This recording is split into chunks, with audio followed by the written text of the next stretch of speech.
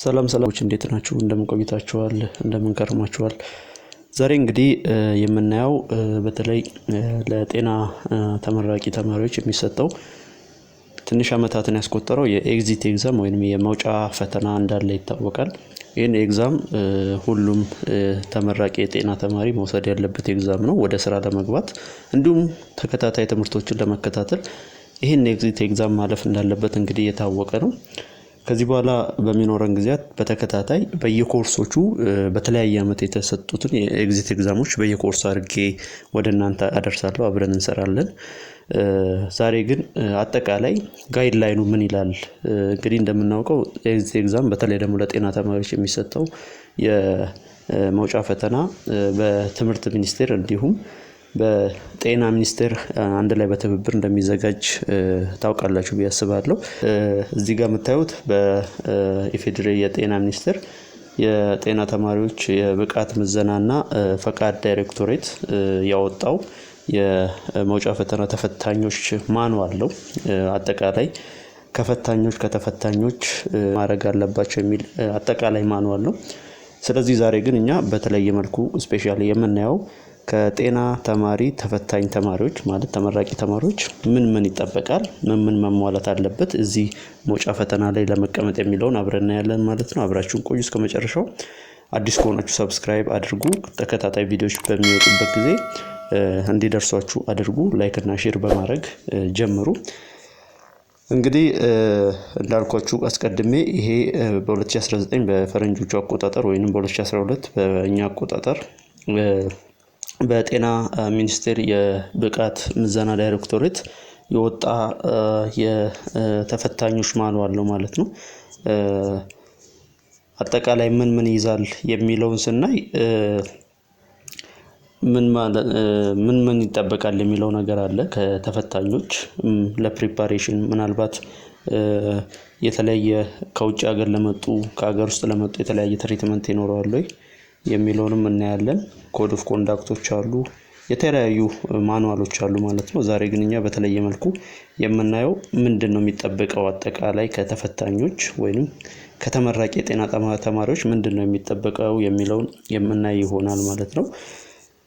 የመጀመሪያው ለዚህ ፈተና ብቁ የሚሆኑ ምን አይነት ተማሪዎች ናቸው የሚለውን እናያለን። ብቁ የሚባሉት ተማሪዎች ምን አይነት ናቸው ፈተና ላይ መቀመጥ የሚችሉት ማለት ነው። የመጀመሪያው በታወቀ የመንግስት ወይንም የግል ከፍተኛ የትምህርት ተቋም ላይ የተማረ እና ያጠናቀቀ ነው እና ሁሉንም ኮርሶች ያለፈ ይሄ ኤፍ እንዲሁም ደግሞ በተለይ ሜጀር ኮርሶች ላይ ሲ እና ከዛ በላይ ያመጣ መሆን አለበት ሁሉም ኮርሶች ላይ ማለት ነው። ኤፍ እና ዲ የሆነበት ውጤት ካለ እሱ መጀመሪያ መስተካከል ይኖርበታል ማለት ነው። እና ፎርም አለ፣ ካንዲዴት ኤሊጂቢሊቲ ፎርም ይባላል። ይሄም ፎርም ምንድነው? በተቋሙ በሬጂስትራር ሊሆን ይችላል እንዲሁም ደግሞ በአካዳሚክ ምክትል ፕሬዝዳንቱ ሊሆን ይችላል የተፈረመ ተማሪው ብቁ ነው ለመፈተን ይበቃል ብቁ ነው የሚለው ተፈርሞ ወደ ጤና ሚኒስቴር ይላካል ማለት ነው።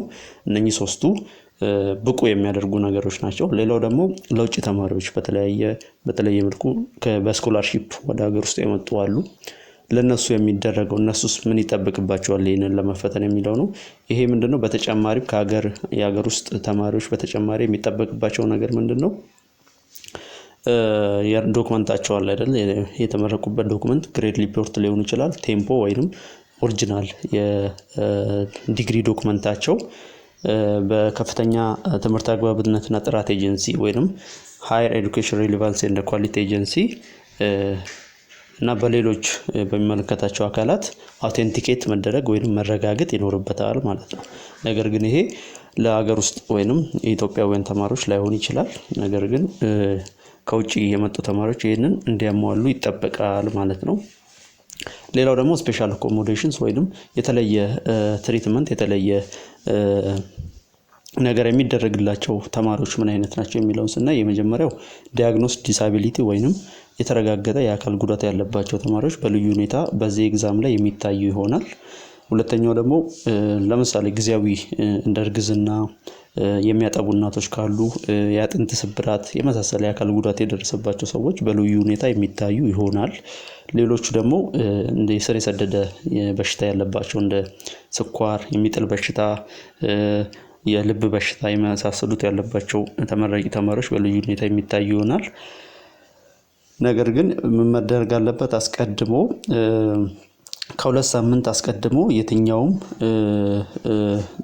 ተፈታኝ ማለት ነው ያለበትን ችግር ስኳር፣ የደም ግፊት የመሳሰሉት ችግር ካለበት እርጉዝ ወይንም ደግሞ ነፍሰ ጡር ተማሪ ካለች አስቀድማ 2 ሳምንት አስቀድማ ለተቋሟ ለዩኒቨርሲቲ ያለችበት የግልም ወይም የመንግስት ማሳወቅ ይኖርባታል።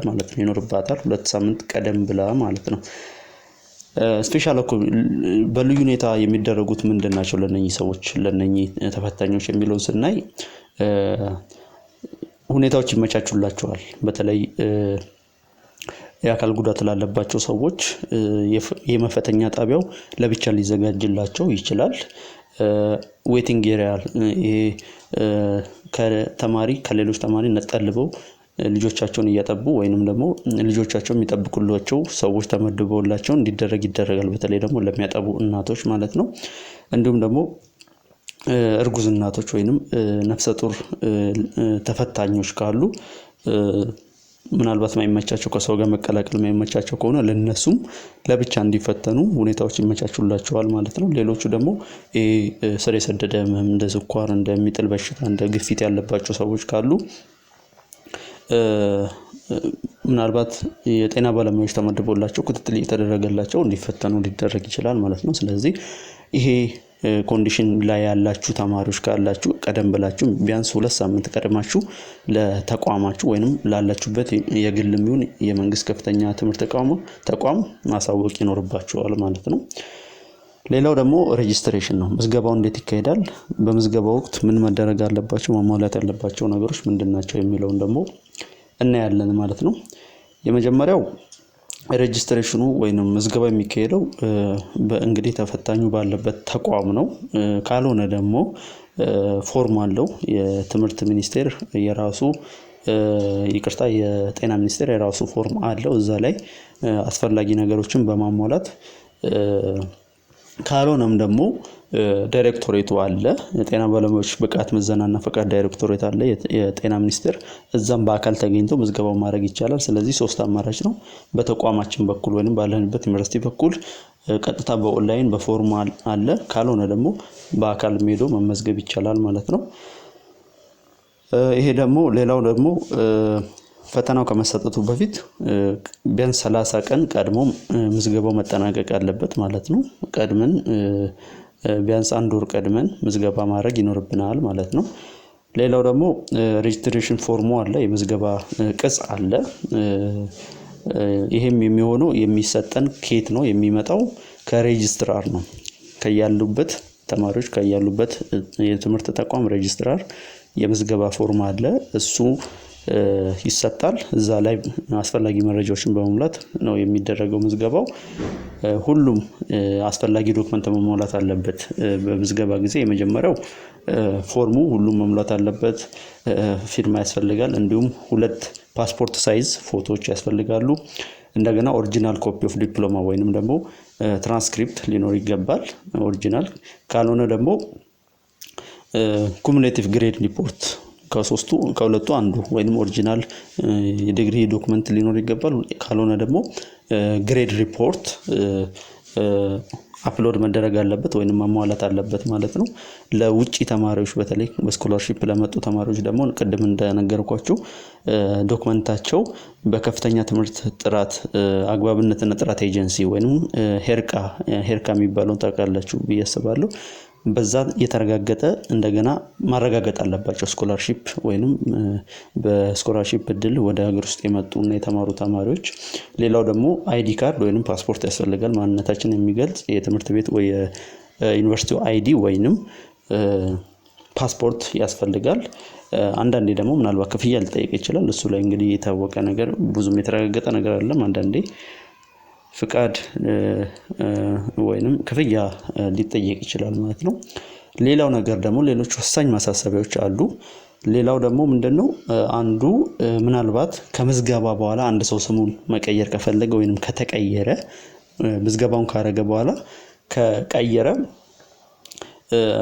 ኦሪጂናል ዶክመንት ወይንም ደግሞ የፍርድ ቤት ትዕዛዝ የቀየረበት እንግዲህ ስም ለመቀየር ግዴታ በፍርድ ቤት መጽደቅ አለበት። በፍርድ ቤት መጽደቁን የሚያስረዳ የፍርድ ቤት ኦርደር ወይንም የፍርድ ቤት ማስረጃ ማምጣት አለበት ወደ መፈተኛ ጣቢያው አንድ ሰው ከምዝገባ በኋላ ስሙን ከቀየረ ማለት ነው። ሁለተኛ ደግሞ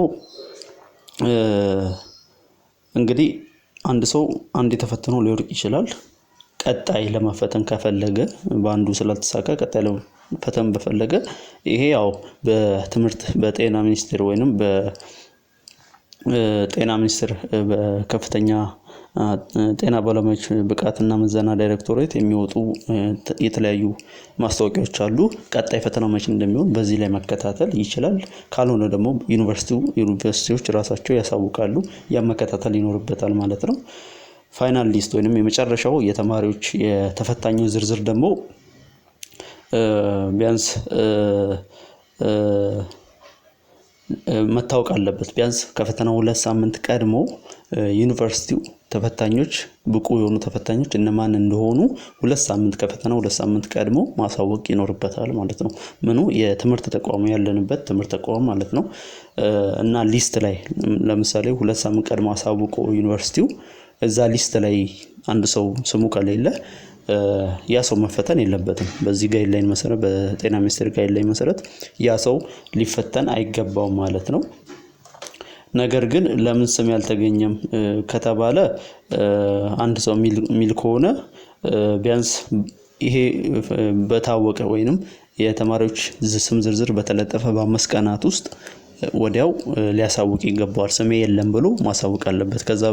ከዛ ውጪ ግን ተለጥፎ እዛው ስሙ እንደሌለ ያወቀ ዝም ካለ ወይንም ያንን የስም ዝርዝር ሳያይ የፈተና ቀን ብቻ ተመዝግቤያለሁ በሚል ብቻ የፈተና ቀን ከሄደ ስሙ እዛ ላይ ካልተገኘ ላይፈተን ስለማይፈተን ቢያንስ ያ ሊስቱ ከወጣ የብቁ ተማሪዎች ዝርዝር ከወጣ እዛው ስማችን ከሌለ ቢያንስ በ5 ቀን ውስጥ በፍጥነት ለዩኒቨርሲቲው ማሳወቅ ይኖርብናል ማለት ነው።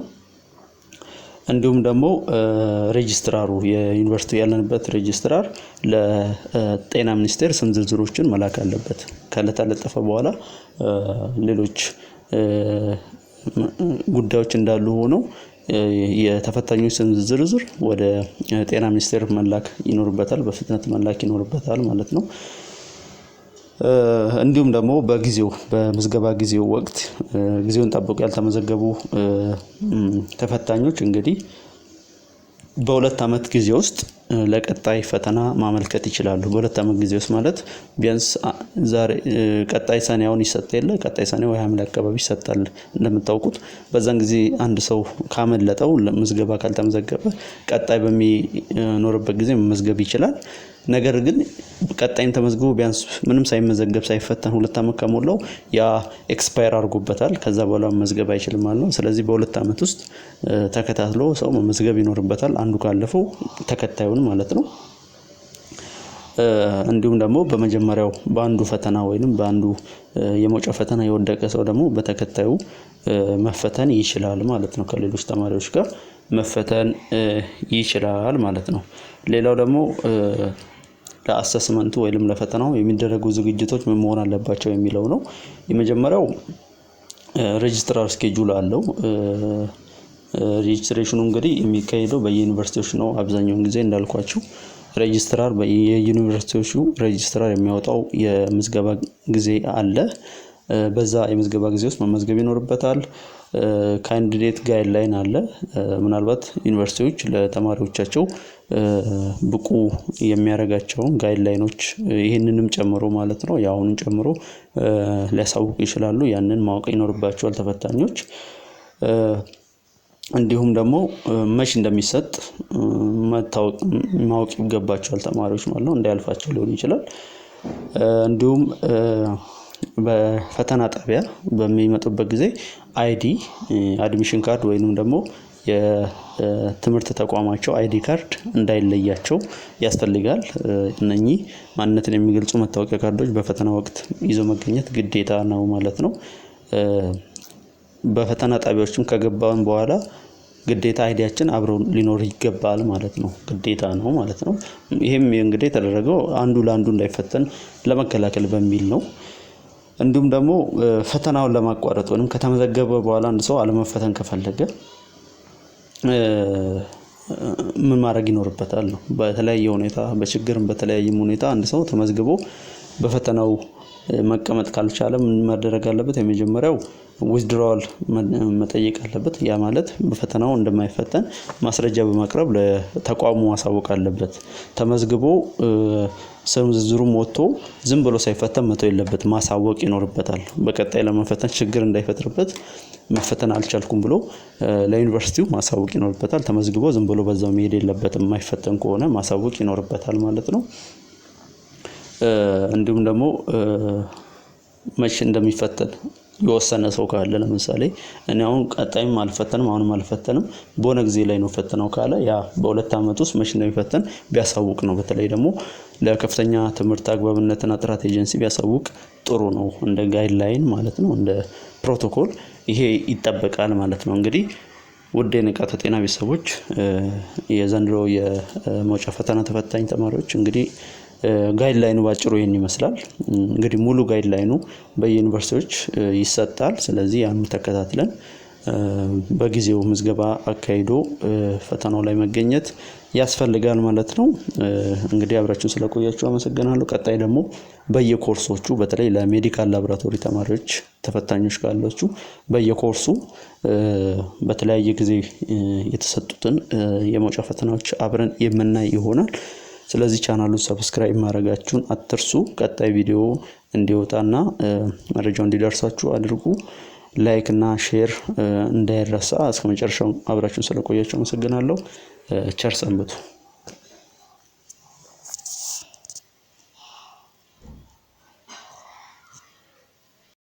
ላይክ እና ሼር እንዳይረሳ። እስከመጨረሻው አብራችሁን ስለቆያችሁ አመሰግናለሁ። ቸር ሰንብቱ።